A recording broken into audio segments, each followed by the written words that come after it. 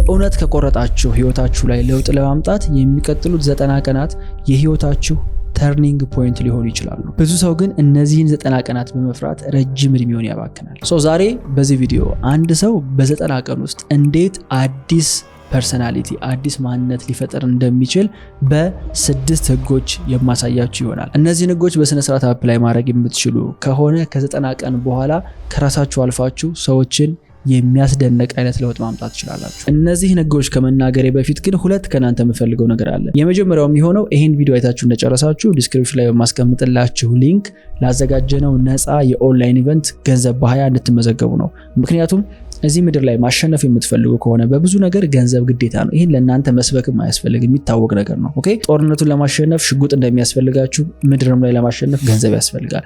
እንዴት ነው በ20ዎቹ ገንዘብ የምንሰራው የሚለውን በነፃ ትማራላችሁ። ከዚህ ቪዲዮ በኋላ ሄዳችሁ ተመዝገቡ። ሁለተኛው ከናንተ የምፈልገው ለ90 ቀናት ኮንሲስተንትሊ እነዚህ ህጎች አፕላይ ልታረጉና ራሳችሁን ልታጠፉ ነው። ጥፉ ስላችሁ ከቤት ውጡ ከከተማ ውጡ ማለቴ ሳይሆን ከድሮ ሀቢቶቻችሁ ከማትፈልጓቸው መጥፎ ልማዶች ለ90 ቀን ያህል ራሳችሁን እንድትቆጥቡ ነው። እነዚህን ማድረግ ከቻላችሁ የሚቀጥሉ 90 ቀናት ህይወታችሁ ኮምፕሊትሊ የሚቀየርበት ፖይንት ነው የሚኖረው። ወደ ህጎቹ ከመግባት በፊት በግልጽ እንድታስቀምጧቸው የምፈልጋቸው ነገሮች አሉ። የመጀመሪያው የእናንተ የተሻለው ቨርዥን ወይም ደግሞ መሆን የምትፈልጉት ፐርሰናሊቲ ምንድነው የሚመስለው? በግልጽ ወቁት እስኪ እሱን። ምን አይነት ሰው ነው መሆን የሚፈልገው? ሁለተኛው ማን ኢንስፓየር ያደርገኛል? በህይወቴ ካሉ ሰዎች መካከል ኢንተርኔት ላይ ከመለከታቸው ማን መሆን ነው የምመኘው? ሶስተኛው ምን አይነት ህይወት ነው መገንባት የሚፈልገው? ምን አይነት ላይፍ ስታይል እንዲኖረኝ ነው የምፈልገው? በእነዚህ 3 ኤራዎች ላይ የመጀመሪያው ገንዘብ፣ ሁለተኛው ጤንነት፣ ሶስተኛው ደግሞ ሪሌሽንሺፕ፣ በዙሪያችሁ ካሉ ሰዎች ጋር ከፈጣሪ ጋር ምን አይነት ግንኙነት እንዲኖራችሁ ነው የምትፈልጉት? ይህንን መጀመሪያ በግልጽ ወቁት። ቢካዝ በግልጽ ያላወቃችሁትን ጎል እንዴት ልታገኙ ትችላላችሁ? እንዴት ልትፈልጉ ትችላላችሁ? ይህንን በግልጽ ስታስቀምጡ አሁን የማወራችሁ ነገር ሴንስ ይሰጣችኋል። ለማስረዳት አንድ ምሳሌ ላምጣላችሁ። ብዙዎቻችሁ ዴቪድ ጎጊንስን ታውቁታላችሁ ብዬ አስባለሁ። የሱ ህይወት የተቀየረው የወታደር ካምፕ ገብቶ ነው፣ ዩኤስ ሜሪንስ ከሆነ በኋላ ነውና አሜሪካ የራሷ ወታደሮች ሜሪኖች ላይ በአመት ከ54 ቢሊዮን ዶላር በላይ ነው ኢንቨስት የምታደርገው። ያ ማለት በአንድ ወታደር በኢትዮጵያ ብር ስንሰራው በአመት ለአንድ ወታደር 44 ሚሊዮን ብር ይወጣል። ለአንድ ወታደር ይህን ያህል ገንዘብ ኢንቨስት የሚደረግበት ለምን መሰላችሁ? ኮምፕሊትሊ አዲስ ሰው ለማድረግ ነው። ምንድነው የሚያደርጓቸው? ወይም ውትድርና ከገቡ በኋላ አዲስ ሰው እንዲሆኑ ምን አይነት ነገሮችን ነው እንዲሰሩ ኤክስፔክት የሚደረገው የሚለውን ማጥናት ሲጀምር በጣም ኢንተረስቲንግ የሆኑ ነገሮች አገኘሁና ዛሬ ሼር የማደርጋችሁ አንድ ሬጉላር የሆነ ሰው ገብቶ ዓለም ላይ ቶፕ የሚባል ወታደር ለመሆን የሚሄድበትን ፕሮሰስ ነው። ወታደር ላደርጋችሁ አይደለም፣ ግን ምን ብለናል? ዓለም ራሷ ውጊያ ናት። ሰው እነዚህን ፕሪንሲፕሎች ህይወታችን ላይ አፕላይ ካደረግናቸው ስንወጣ የሚገርም ተዋጊዎች መሆን እንችላለን። ኦኬ፣ የመጀመሪያው ጫጫታውን ማጥፋት ነው። የትኛውም ወታደር ቤት ሲገቡ የመጀመሪያው ነገር ስልካቸውን ይጥላሉ። ኢንተርኔት የሚባል ነገር የለም፣ ስክሮል ማድረግ የለም፣ አሉባልታ መስማት የለም። ኮንሱም የሚያደርጉት ነገር በሙሉ የተመጠነ ኢንቴንሽናሊ ፕላን እየተደረገ ነው። ኦኬ፣ በዚህ መንገድ ነው መጀመሪያ አይምሯቸውን ሬዲ የሚያደርጉት። ራሳቸውን በ90 ቀን ለመቀየር ኖይዙ ነው ይሄ ጫጫታው አላለ ሁከቱ ቲክቶክ ላይ የምታዩት ኢንስታግራም ከታደርጉት እሱ ነው የመጀመሪያው ስቴፕ ሊሆን የሚገባው። እሱን ጸጥ ስታደርጉት ለደህና ነገር ቦታ ይከፍትላችኋል። አዲስ ነገር ለመማር ጊዜ ይኖራችኋል። አሁን ጊዜ አይደለም የጠፋው በነገራችሁ ላይ ሜንታል ስፔስ ነው። ብዙ ሰው ጊዜ የለኝም አዲስ ነገር ለመማር መጽሐፍ ለማንበብ ኮርስ ለመውሰድ ይላል። ኖ ጊዜ አይደለም ያጣው፣ አይምሮህ ነው ስፔስ ያጣው። ለምን? በጫጫታ ተሞልቷል። ይሄንን ጫጫታ ጸጥ ለማድረግ ወደ አይምሮአችሁ የሚመግቧችሁ ነገሮች በሙሉ ማቆም ያስፈልጋል። ውትድርና ቤት የሚመለከቷቸው ነገሮች በሙሉ በትዕዛዝ የመጡ ናቸው። የቲቪ ፕሮግራሙ በሉት፣ የሚበሉት ነገር፣ የሚያነቧቸው ነገሮች በሙሉ ኦልሬዲ ፕሮግራም የተደረጉ ናቸው። እኛን ጠጋ ብሎ ፕሮግራም የሚያደርገን ሰው ስለሌለ ራሳችንን ፕሮግራም የምናደርገው። ብዙ ሰው ዲስትራክሽኑን ሳያጠፋ ህይወቱን ለመቀየር ይሞክራል። ልክ ሱስ ማቋረጥ ፈልጎ ግን መጠጥ ቤት እንደማይጠፋው ሰውዬ ማለት ነው። መጀመሪያውኑ እዛ ቦታ ለመሄድ ነው ቀላሉ መንገድ። ሁለተኛው መስዋዕትነት መክፈል ነው። እነዚህ ወታደሮች ወደ ቡት ካምፕ ሲመጡ እጅግ በጣም ብዙ ነገር ትተው ነው የሚመጡት። ጓደኞቻቸውን፣ ትዳር ያላቸው ትዳራቸውን፣ ልጆቻቸውን፣ ኮንፈርታቸውን፣ ማታ ማምሸትን፣ ኢንተርቴይንመንትን፣ ይሄን ሁሉ ነገር ትተው መጥተው ቦሪንግ የሆነ ህይወት ለመኖር ነው የሚመጡት። ዋንስ ከመጡ በኋላ ኤቭሪቲንግ የሚሰጣቸው ነው እንጂ እነሱ በፈለጉት መንገድ ሼፕ የሚያደርጉት ነገር የለም። እናንተ በሚቀጥሉ 90 ቀናት አዲስ ፐርሰናሊቲ መገንባት የምትፈልጉ ከሆነ ለዛ ለምትፈልጉት ነገር የምትከፍሉትን መስዋዕትነት ልታውቁት ይገባል። የሆነ ሰው ሱስ ማቆም እፈልጋለሁ ካለ በ90 ቀን ውስጥ ሱስ ማቆም እፈልጋለሁ ብሎ ከጻፈ በኋላ ከስራ አብሮ መጻፍ ያለበት ነገር ምንድነው? ማቆመው ከነማጋ መዋል ነው ማቆመው፣ የት መሄድ ነው ማቆመው፣ የትኛውን ኮምፎርት የትኛውን ምቾቴ ነው ሳክሪፋይስ የማደርገው። ሳክሪፋይስ የምታደርጉት ነገር ሊያማችሁ ይገባል። ፔንፉል ሊሆን ይገባል። ምክንያቱም እንደዛ ሲሆን ነው ሪል ሳክሪፋይስ የሚሆነው። አንዳንድ ሰው ለምሳሌ አይ ከነገሌ ጋር መዋልን አቆማለሁ ይላል። ያን ያህል ሳክሪፋይስ አይደለም ባይ ሲጀመርም እኮ ትጣላችኋለህ እኮ ከነሱ ጋር መዋል እኮ ያስደስትህም።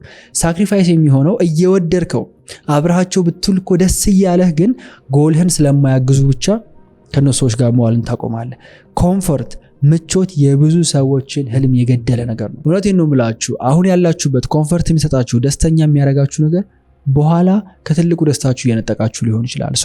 ለተሻለ ነገር ሲባል ዛሬን ሳክሪፋይስ ማድረግ ግዴታ ነው። ሶስተኛ አዲስ ሩቲን መገንባት ነው። ከነዚህ ወታደሮች በጣም የሚያስገርመኝ ነገር ኤቭሪ ዴይ ህይወታቸው ተመሳሳይ ነው። የሚለብሱት ይታወቃል፣ የሚበሉት ይታወቃል፣ የሚሄዱበት ይታወቃል፣ የሚነሱበት ሰዓት ይታወቃል። ኤቭሪቲንግ ቦሪንግ እና ተመሳሳይ የሆነ ስኬጁል ነው ያላቸው እና ይሄንን ስመለከት ብዙ ሰክሰስፉል ሰዎች ሞዴል የሚያደርጉት ይሄን ነው። የሚለብሱት ነገር ተመሳሳይ ነው፣ የሚበሉት ተመሳሳይ ነው፣ የሚነሱበት የሚተኙበት ሰዓት በቃ ፕሪዲክተብል ነው፣ የሚታወቅ ነው። ይሄ ለምንድን ነው የሆነው ሲባል ወታደሩ አይምሮ ሻርፕ መሆን መቻል አለበት። በትናንሽ ዲሲዥኖች አይምሮ ሊደክም አይገባም። ስለዚህ ዩኒፎርም ተሰርቶ ይሰጠዋል፣ የሚለብሰው ነገር ይታወቃል። ምግብ ተሰርቶ ይሰጠዋል፣ የሚበላው ነገር ይታወቃል። ጧት ተነስቶ ምንድነው የምበላው፣ ዛሬ ምንድነው የምለብሰው፣ የት ነው የምሄደው፣ በምን ትራንስፖርት ነው የምጠቀመው፣ ይሄንን አያስብም። ኦልሬዲ የተወሰነ ነገር ነው። ስለዚህ አይምሮ ሻርፕ ነው፣ ትሬኒንጉ ላይ ነው ፎከስ የሚያደርገው። እናንተ በሚቀጥሉ 90 ቀናት ራሳችሁን ልታለማምዱት የሚገባው እንደዚህ አይነት ፊክስድ የሆነ ሩቲን መገንባት ነው። 1 ሚሊዮን ጊዜ ተብሎ ሊሆን ይችላል ይሄ ጉዳይ፣ ግን ያን ያህል ኢምፖርታንት ስለሆነ ነው። እኔ ሩቲን ባይኖር ሩቲን የሌለ ሰው በሆነ ኖሮ ዛሬ ቁጭ ብላችሁ አሰቡኝ ነበር። ምክንያቱም ሙዴ ይቀያየራል፣ ኢነርጂ ትክክል አይሆንም። እሱ ደግሞ ስራዬን አፌክት ያደርገዋል። ብዙዎቻችሁ ምንም ሳትሰሩ ማታ የሚደክማችሁ ባይ ዘ ወይ ቀኑን ሙሉ ዲስትራክትድ ስትሆኑ ስለምትሉ ነው። በማይረቡ ዲሲዥኖች እገሌን ፎሎ አላርገው፣ ላይክ አላርገው፣ ይሄን ኮንቴንት ለገሌ ሼር ላርገው አላድርገው፣ የት ሄደን እንብላ፣ የሚበላው ነገር ምን ይኑረው፣ ቡና የት ልጠጣ፣ ቡና በስኳር ይሁን። ይሄ ሁሉ ነገር ባይ ዘ ወይ አይምሮአችንን ድሬን ነው የሚያደርገው፣ ግን አናቀውም። እነዚህ ስሞል ዲሲዥኖች አይምሮአችን እየሰራ ይመስለዋል። ማታ 2 ሰዓት ስትገቡ ምንም ሳታረጉላችሁ ግን በቃ ድካም፣ ሰውነት ዛል ይላል። ይሄ የመጣበት ምክንያት ሩቲናችሁ ሜስድ አፕ ስለሆነ ነው። ይሄን ሩቲን ለማስተካከል ቤዚክ ነገሮች፣ የመጀመሪያው የምትነሱበትን ሰዓት ፊክስድ አድርጉ። ሁለተኛ የምትተኙበትን ሰዓት ፊክስድ አድርጉ። ሶስተኛ በቀን ምን ያህል ሰዓት ነው ቁጭ ብዬ ዲስትራክትድ ሳልሆን ያለ ሶሻል ሚዲያ ስልኬን ዘግቼ የምሰራበት ፊክስድ የሆነ ሰዓት ሊኖራችሁ ይገባል። ዳትስ አጌን ቲክቶክ፣ ኢንስታግራም፣ ፌስቡክ ፕላትፎርሞች እነዚህን ለምን ያህል ሰዓት ነው በቀን የምትጠቀመው? የብዙዎቻችሁ ስልክ ሌተስት ነው ብዬ አስባለሁ። እዛው አፕሊኬሽኑ ላይ ገብታችሁ ታይሙን ሊሚት ማድረግ ትችላላችሁ። ያ ታይም ስትሰጡት ያንን ታይም ልታልፉት ስትሉ ኢንስታግራም ቲክቶክ በራሱ አይ ሰዓት አልፏል ብሎ ኖቲፊኬሽን ይሰጣችኋል። ዳትስ ኢት በቃ ከዛ በኋላ ታቆማላችሁ ማለት ነው። በዚህ መንገድ ነው ሩቲን ቢልድ የሚደረገው። እመኑኝ ራስን መቀየር እጅግ በጣም ቦሪንግ የሆነ ፕሮሰስ ነው። እንዲህ ላባብላችሁ አይዟችሁላችሁ ደስ የሚል ፕሮሰስ ነው። ኖ አይደለም። በጣም ናስቲ ነው፣ በጣም አስቀያሚ ነው። ግን እመኑኝ ኢትስ ወርዝ ኢት። አራተኛ አዲስ ኤንቫይሮንመንት መፍጠር ነው። ብዙ የወታደር ሙቪዎች አይታችሁ ከሆነ አንድ ወታደር ብቻውን የሚሰራው ሙቪ የለም። አብዛኛው ነገር በግሩፕ የሚሰራ ነውና እነዚህ ግሩፖች አይታችሁ ከሆነ ዋና ሚሽናቸው እርስ በርስ ሰፖርት መደራረግ ነውና አንዴ ምን ሲያወሩ ሰምቻለሁ ዩኤስ ሜሪኖች ለእናንተ በጣም ጠንካራ የሚባለው ወታደር ምን አይነት ነው ሲባል የሆነ ግብዳ ሰውነት ያለው ታቱ በታቱ የሆነ ብዙ ነገር መሸከም የሚችል አይደለም። ጠንካራ ወታደር ማለት ወንድሙን መሸከም የሚችል ነው። የተጎዳ ወንድሙን ተሸክሞ ካምፕ መመለስ የሚችል ያ ነው the best warrior የሚባለው። እንዲህ አይነት ወንድሞች እንዲህ አይነት እህቶች ያሉበት ኤንቫይሮንመንት ቢልድ መደረግ አለበት። ይህንን ዓለም ጦርነት ብቻችሁን ተጋፍታችሁ አትችሉትም። የምሬ ነው። አንዳንዴ ሎንሊ ይሆናል። አንዳንዴ ምን አለ የሚያግዘኝ ሰው ቢኖር የምትሉበት ጊዜ ይመጣል። ኦኬ ያ ጊዜ ከመምጣቱ በፊት ካሁኑ ጄኒውን የሆኑ ቅን የሆኑ ለእናንተ ጥሩ ነገር የሚያስቡ ስትወድቁ የሚስቁባችሁ ሳይሆን ተሸክመው ወደምትታከሙበት እርዳታ ወደምታገኙበት ቦታ ሊወስዷችሁ የሚችሉ ሰዎችን ማቅረብ ያስፈልጋል። ምናልባትም እኮ እነዚህ ሰዎች በህይወታችሁ ይኖሩ ይሆናል፣ ግን ጊዜ እየሰጣችኋቸው አቴንሽን እየሰጣችኋቸው አይደለም። ለምን? ፈን አይደሉማ። እንደዛኞቹ ጓደኞች እንደ ቶክሲኮቹ አያስደስቷችሁም ከነሱ ጋር አብሮ መዋል። ግን እነዛ ለእናንተ ጥሩ ነገር የሚፈልጉ ሰዎች አሉ በዙሪያችሁ። ፈልጉና አቅርቧቸው። እነሱ ናቸው ሪል ጦርነት ላይ የሚያግዟችሁ። ምንም ጥያቄ የለውም። ሁላችንም የኢንቫይሮንመንታችን ውጤት ነን። አበቃ። ቅድምም ብያችኋለሁ። ኢንቫይሮንመንቱን ያልቀየረ ሱሰኛ ከሱሱ ለመውጣት የፈለገ ቢታገል ተመልሶ እስከሄደ ድረስ ምንም የሚቀየር ነገር የለም። ኢንቴንሽናሊ ሆነ ብላችሁ የሆነ ሰዎችን ወደ ህይወታችሁ አስገቡ። ሆነ ብላችሁ የሆነ ሰዎችን አስወጡ። እዚህ ነገር ላይ እኔም ጎበዝ አልነበርኩም። ሰንበዲን ጓደኛ ማድረግ ፈልጋለሁ ብዬ ሄዶ ጓደኛ ማድረግ ላይ ኢጎዬ ይዘኝ ነበረ። አሁን ነው እየተማርኩ ያለሁት። ከሰዎች ነው የተማርኩት። የሆኑ ጎበዝ የምላቸው ሰዎች መተው ፈልገው ጓደኛ አድርገውኛል። አርገኛል። እኔ አላቅም እንዴት እንደተፈጠረ ራሱ ግን የሆነ ሰዓት ላይ የጓደኛ ወሬ እያወራ ነው ተያይዘን የሆነ ቦታ እየሄድን ነውና አብረው ስላሉ ደስተኛ ነኝ። እየተጋገዝን እንደሆነ ፊል አደርገዋለሁ። ኢንቫይሮንመንቱ ደስ ይለኛል። ግን እንዴት ነው የመጣው? በእነዛ ሰዎች ጥረት ነው። ኦኬ እንዲህ አይነት ኢንቫይሮንመንት ኢንቴንሽናሊ ለራሳችሁ ክሬት አድርጉ። ሌላው ኢንቫይሮንመንት ላይ የምትሰሩበትና የምትበሉበት ቦታ ኮምፕሊትሊ መለየት አለበት። አይኖ ብዙዎቻችሁ ይሄን ነገር ኖቲስ ላታደርጉ ትችላላችሁ። ግን መስሪያ ቦታ መስሪያ ነው፣ መተኛ ቦታ መተኛ ነው፣ መቀመጫ ቦታ መቀመጫ ነው። ኦኬ ቤት ውስጥ ሊሆን ይችላል፣ ኦፊስ ውስጥ ሊሆን ይችላል። የሆነች ኤሪያ ፈልጉ። በቃ እዛች ኤሪያ ላይ ቁጭ ስትሉ ስራ ነው። አይምሯችሁ ትሬን የሚደረገው በዛ መንገድ ነው። እዛ ቦታ ላይ ቁጭ ብሎ ቲክቶክ ማየት አይቻልም። እዛ ቦታ ላይ ቁጭ ብሎ ከሰው ጋር ማልመጥ አይቻልም። የምትሰሩበት ስፔስ ሊኖራችሁ ይገባል። ቤትም ከሆናችሁ የሆነ ኮርነር ፈልጉ። መኝታ ክፍልም ካላችሁ ወንበርና ጠረጴዛ አስገብታችሁ የምትሰሩበት ኢንቫይሮንመንት ኤሪያ ሊኖራችሁ ይገባል። እዛ ቦታ ላይ ስትሆኑ አይምሯችሁ ዋየር የሚደረገው በምንድነው? በቃ ሊሰራ ነው። አልጋ ላይ ስትሆኑ ፊልም ማየት አይደለም፣ ወይም ደግሞ እዛ ጋር ቁጭ ብሎ ማውራት ወይ ስራ መስራት አይደለም። አልጋ ላይ ከሆናችሁ እንቅልፋችሁ ይመጣል። እኔ አሁን ከመግባት በፊት ስቱዲዮ ላይ እያወራን ነበረ። አልጋይ ላይ ከወጣው 5 ደቂቃ ነው የሚወስድብኝ ለመተኛት። ምክንያቱም አይምሮ ኦልሬዲ ያውቀዋል እዛች አልጋ ላይ ተቀምጫለሁ ማለት በልተኛ ነው ማለት ነው። ጠረጴዛ ላይ ቁጭ ካልኩኝ ደግሞ መተኛት ራሱ አልችልም። በዚህ መንገድ ነው የሚያሳድጋችሁን ኢንቫይሮንመንት የምትፈጥሩት። 5ኛ ራሳችሁን ከባድ ነገርን ማለማመድ ነው። ብዙ ሰው ኢንስታንት ግራቲፊኬሽን ነው የሚፈልገው፣ ቶሎ ደስታ የሚሰጠውን ነገር። ቶሎ ደስታ ፍለጋ ቶሎ ስልኩ ላይ ገብቶ ላጥላጥላጥላጥ ስክሮል፣ የሆነ ምግብ ብልት ከሆነ ሰዎች ጋር ተደዋውሎ ማውራት፣ ላይክ መንገድ ላይ እየሄደ ብቻውን ከሆነ ምናምን አረ ብቻዬንማ መንገድ ላይ አልሄድም ማውራት። እንዴት ነህ ታዲያ ደህና ነህ ሆይ? 1 ሰዓት መንገድ ላይ። ይሄ ሁሉ ምንድነው? ቶሎ የሚያስደስት ነገር ፍለጋ ነው። ወታደሮች ትሬኒንግ ሲደረጉ ሃርድሺፕ ነው ትሬኒንግ የሚያደርጓቸው። ማለት ሙሉ ስልጠናው ስቃይ ነው። ማለት ብዙ ሰዎች አቋርጠው ይወጣሉ፣ የሚሞቱ ሰዎች አሉ በዚህ ትሬኒንግ። እጅግ በጣም ከባድ ነውና ምንድነው ዓላማቸው? ከባድ ነገር እንዲለማመዱት ነው። ሰው ወደ ጦርነት ሲሄድ የሚሸከመው ልብስ ከ18 እስከ 32 ኪሎ ግራም ነው የሚሸከመው። ኢማጂን ምን ያህል ከባድ እንደሆነ። መንገዱ ራሱ ገና ከባድ ነውና የሚያሰለጥኗቸው ከባድ ነገር ውስጥ ፐርፐዝ እንዲኖር፣ ከባድ ነገር ውስጥ ኢንጆይመንት እንዲኖር ማድረግን ነው። ፎር ሹር ቲክቶክ ማየትና መጽሐፍ ማንበብ እኩል ደስታ ሊሰጣቸው አይችልም። ራይት? ማን ነው ጀግና? እስኪ 30 ደቂቃ ያለማቋረጥ ቲክቶክ ላይ ስክሮል የሚያደርገው ማን ነው? ገንዘብ እሸልማለሁ ቢል ብዙዎቻችሁ ትሸልማላችሁ ቀላል ስለሆነ።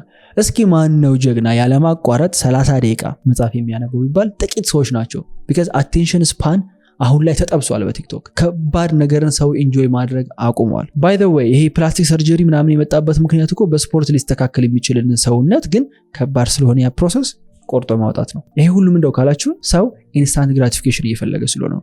ለውጥ የምትፈልጉ ከሆነ ራሳችሁን ከባድ ነገር አለማምዱት። ረጅም ሰዓት ቁጭ ብሎ መስራት ከባድ ነው። አዎ፣ ግን ውደዱት፣ ፕሮሰሱን ውደዱት። ስፖርት ቤት ገብቶ ላበላ መሆን ከባድ ነው፣ ግን ውደዱት፣ ፔኑን ውደዱት። ስትረስድ መሆን መጨናነቅ እንደው ማረገው ማለት አይኖ ከባድ ነው፣ ግን ውደዱት፣ ስትረሱን ውደዱት። እሱ ነው የሚያሳድገው። 11 ሰዓት ከሞቀ አልጋ ላይ መነሳት አይኖ ከባድ ነው፣ ግን ኢንጆይ ታደርጉታላችሁ የሆነ ጊዜ ላይ። አይኖ ኢንጆይ ማድረግ ሲባል እንደሚወራው ቀላል እንዳልሆነ ይገባኛል። ግን ከባድ ነገርን ኢንጆይ ማድረግ የምትፈልጉ ከሆነ ከጀርባው ፐርፐዝ አገኙለት። ኦኬ፣ ቀላል ነገር ለመስራት ይውላችሁ። ሙቪ ለማየት ፐርፐዝ አያስፈልግም። ዝም ብሎ ከፍቶ ማየት ነው ፊልም ለማየት አይደል? ሙዚቃ ለማዳመጥ ቲክቶክ ለመግባት ዓላማ አያስፈልግም። ከባድ ነገሮች ግን ዓላማ ይፈልጋሉ። ዓላማው ጠንካራ ሲሆን ፐርፐስ ሲኖረው ግን የዛኔ ከባዱን ነገሩ ላትቋቋሙታላችሁ። ለምሳሌ ይሄን ስትሰሙ ምናልባት እኔ ግን ዓላማ የለኝም፣ ያን ያህል ጠንካራ የሆነ ዓላማ የለኝም። እናንተ ራሳችሁ ላይ መስራት ነው እኮ ዓላማው። የተሻለ ሰው መሆን ነው ዓላማው። በዚህ 90 ቀን እኮ እያደረግን ያለነው ይሄን ያህል ገንዘብ መስራት ቢዝነስ መጀመር እኮ አይደለም፣ የተሻለ ሰው መሆን ነው። ምንጊዜም እንድታስታውሱ የምፈልገው ፕሮጀክቱ እናንተ ናችሁ። የማያልቅ ፕሮጀክት፣ ላይፍ ታይም የምትሰሩት ፕሮጀክት ራስን አፕዴት ማድረግ ነው። that's your purpose። 6ኛ ገንዘብ የሚያስገኝ ሙያ መያዝ ነው። የቪዲዮ መጀመሪያ ላይ እንደነገርኳችሁ ጦርነት ላይ ያለ ሽጉጥ አትሄዱም። ያለ መሳሪያ ያለ ቀለሃ ውጊያ የሚባል ነገር የለም። ወዲያው ነው የምትሞቱት አይደለ? የዚህንም ዓለም አብዛኛውን ጦርነት ማሸነፍ የምትፈልጉ ከሆነ አንዱ መሳሪያ ወሳኙ ገንዘብ ነው። ገንዘብ ካላችሁ ብዙ ችግሮችን ማሸነፍ ትችላላችሁ። አንድ ወታደር ወደ ጦርነት ሲገባ በጣም ብዙ ነገር ነው የሚሸከመው። መዓት ቀለሃ፣ መዓት ጥይት፣ ጩቤ፣ ምንም አይዙት ነገር አለ። ለምን? የሚመጣባቸውን ነገር በሙሉ ማሸነፍ የሚችሉት በዛ ነው። ገንዘብ የሚያስገኙ ሙያዎች ማለት የወታደር መሳሪያ እንደማለት ነው። ያንን መሳሪያ መቼ እንደምትጠቀሙት አታውቁም። ይመጣል የሆነ ጊዜ፣ እሱን አውጥታችሁ የምታሸንፉበት ማለት ነውና ወታደር ያለ መሳሪያ ጦርነት እንደማይሄደው እናንተም ቢሆን እዚህ ዓለም ላይ ማሸነፍ የምትፈልጉ ከሆነ ገንዘብ የምታገኙባቸው ሙያዎች ላይ መስራት ፎከስ ማድረግ ያስፈልጋል። በተለይ ደግሞ በ20ዎቹ እድሜ ውስጥ ያላችሁ ሰዎች ያሉባቸው አብዛኛዎቹ ችግሮች በገንዘብ የሚፈቱ ናቸው። ይሄ ደግሞ ጥሩ ዜና ነው። ምክንያቱም ገንዘብ እንዳሁን ጊዜ መስራት ቀላል ነው ያቅም አይኖ ከዚህ በፊትም ብየዋለሁ። አንዳንዶቻችሁ ላይ ይዋጥላችሁ ይችላል። ግን ይሄ ዲጂታል ዘመን ይዞልን የመጣው በጣም ብዙ ኦፖርቹኒቲ አለ። አሁንም ድረስ በሶሻል ሚዲያ ህይወቴ አይቀየርም፣ በዲጂታል መንገድ በኦንላይን ቢዝነስ አልጀምርም፣ ስራ አላገኝም የምትሉ ሰዎች በቃ ምክንያት እየፈለጋችሁ ነው። ኦኬ ይሄንን አድሚት አድርጉ እንጂ የሆኑ ሰዎች በ6 ወር በ4 ወር ጊዜ ውስጥ ምን ያህል ለውጥ እያመጡ እንደሆነ አይታችኋል። ተውት። አሁን ቅርብ ጊዜ አይሾ ስፒድ እኛ ሀገር መጥቶ ነበር አለ። የ20 ዓመት ልጅ ሶሻል ሚዲያ ላይ እየሰራ እንዴት አይነት ክብር እንዳገኘ አይታችሁታል። ይሄ የሶሻል ሚዲያ የዲጂታሉ ዓለም አቅም ነው። ሶ እዚህ ዲጂታል ዓለም ውስጥ ገብቶ ገንዘብ የመስራት ሙያ ካላችሁ ዓለም ላይ ወጣችሁ ማሸነፍ ትችላላችሁ። እነዚህን አሁን የነገርኳችሁን 6 ህጎች በስነ ስርዓት አፕላይ ማድረግ የምትችሉ ከሆነ ራሳችሁ ላይ ለውጥ ማየት ብቻ ሳይሆን ሰዎች እናንተ ላይ ለውጥ አይተው ምን ተፈጥሮ ነው ምን አግኝተህ ነው እስኪሏችሁ ድረስ አዲስ ሆነ የምትሆኑት። ዝም ብዬ ከቲዮሪ ተነስቻለሁ የሚነገርኳችሁ እያንዳንዷን ህግ እኔ ራሴ ህይወት ላይ ኑሪያታለሁኝ። አብረውኝ ከነበሩ ሰዎች የተሻለ ፐርፎርማንስ እንዲኖረኝ መቼም ቢሆን እደርስበታለሁ ብዬ አስቤው የማላቀው አይነት ሰው እንደሆነ ያስቻሉኝ እነዚህ ህጎች በስነ ስርዓት አፕላይ ማድረግ መቻለሁ። እዚህ ከደረሳችሁ እንድታደርጉ የምፈልጓቸው ነገሮች የመጀመሪያው የሚሆነው ምን አይነት ሰው ነው መሆን የምትፈልጉት? በግልጽ አስቀምጡት። ምን አይነት ህይወት ነው የምትፈልጉት? ማን ኢንስፓየር ያደርጋችኋል? ማን ነው መምሰል የምትፈልጉት? በግልጽ ጻፉት። ሁለተኛው ይሄንን የለውጥ ጉዞ የሚጀምረው መቼ ነው የሚጨርሰው መቼ ነው? ቀን አስቀምጡለት። ኦኬ በዛ ቀን ውስጥ ለውጥ ማየት ትችላላችሁ። ሶስተኛው የሚሆነው ለገንዘብ በ20 ኢቨንት መመዝገብ ነው። ይሄ ኢቨንት ነፃ ነው። የፊታችን ጥር 18፣ 19 እና 20 ነው የተዘጋጀው። ከምሽቱ 2 ሰዓት ላይ ስትመጡ በዲጂታል መንገድ እንዴት ገንዘብ ሜክ ማድረግ እንደምትችሉ የራሴንና በዙሪያ ያሉ ሰዎችን ኤክስፒሪየንስ እያንዳንዱ ስቴፕ አሳያችኋለሁኝ። ቀደም እንደነገርኳችሁ ገንዘብ ማግኘት ማለት መሳሪያ ሽጉጥ ይዞ ጦርነት እንደመግባት ነው። የማሸነፍ እድላችሁ በጣም ከፍተኛ ነው የሚሆነው። በ20ዎቹ እድሜ ላይ ያላችሁ ሰዎች ከዚህ በላይ ትኩረት ልትሰጡት የሚገባ ጉዳይ ስለሌለ አሁኑኑ ዲስክሪፕሽን ላይ ማስቀመጥላችሁ ሊንክ በመግባት ለኢቨንቱ መመዝገብና ቦታችሁን ማስያዛችሁን እርግጠኛ ሆኑ። ጥር 18 ሰኞ ከምሽቱ 2 ሰዓት ላይ ተገናኝተን ብዙ ነገር አሳያችኋለሁ፣ ብዙ ነገር አስተምራችኋለሁ። ያ የ3 ቀን ኢቨንት ኮምፕሊትሊ ህይወታችሁን የሚቀይረው እንደሚሆን አልጠራጠርም። ለሁላችሁም ኢቨንቱ ላይ ለምትገኙ ሰዎች 15,000 ብር የሚያወጣ ስጦታ ሰጣችኋለሁ። እንዲሁም ደግሞ ከናንተ መካከል አንድ ሰው 100,000 ብር የማሸነፍ እድል አለው። ቲክቶክ ላይ #ገንዘብ በ20 በሚል ኢቨንቱን ፕሮሞት የሚያደርግ ቪዲዮ ከሰራና ከፍተኛ ላይክ ላገኘ አንድ ሰው የኢቨንቱ ቀን 100,000 ብር የምሸልመው ይሆናል ማለት ነው። አሁኑኑ ዲስክሪፕሽን ላይ ማስቀመጥላችሁ ሊንክ በመግባት ቦታችሁን አስይዙ። ጥር 18 ሰኞ ከምሽቱ 2 ሰዓት ላይ እንገናኛለን። አይ ሆፕ የዛሬው ቪዲዮ ጠቃሚ እንደነበር። በሌላ ቀን እስክንገናኝ ድረስ መልካም ጊዜ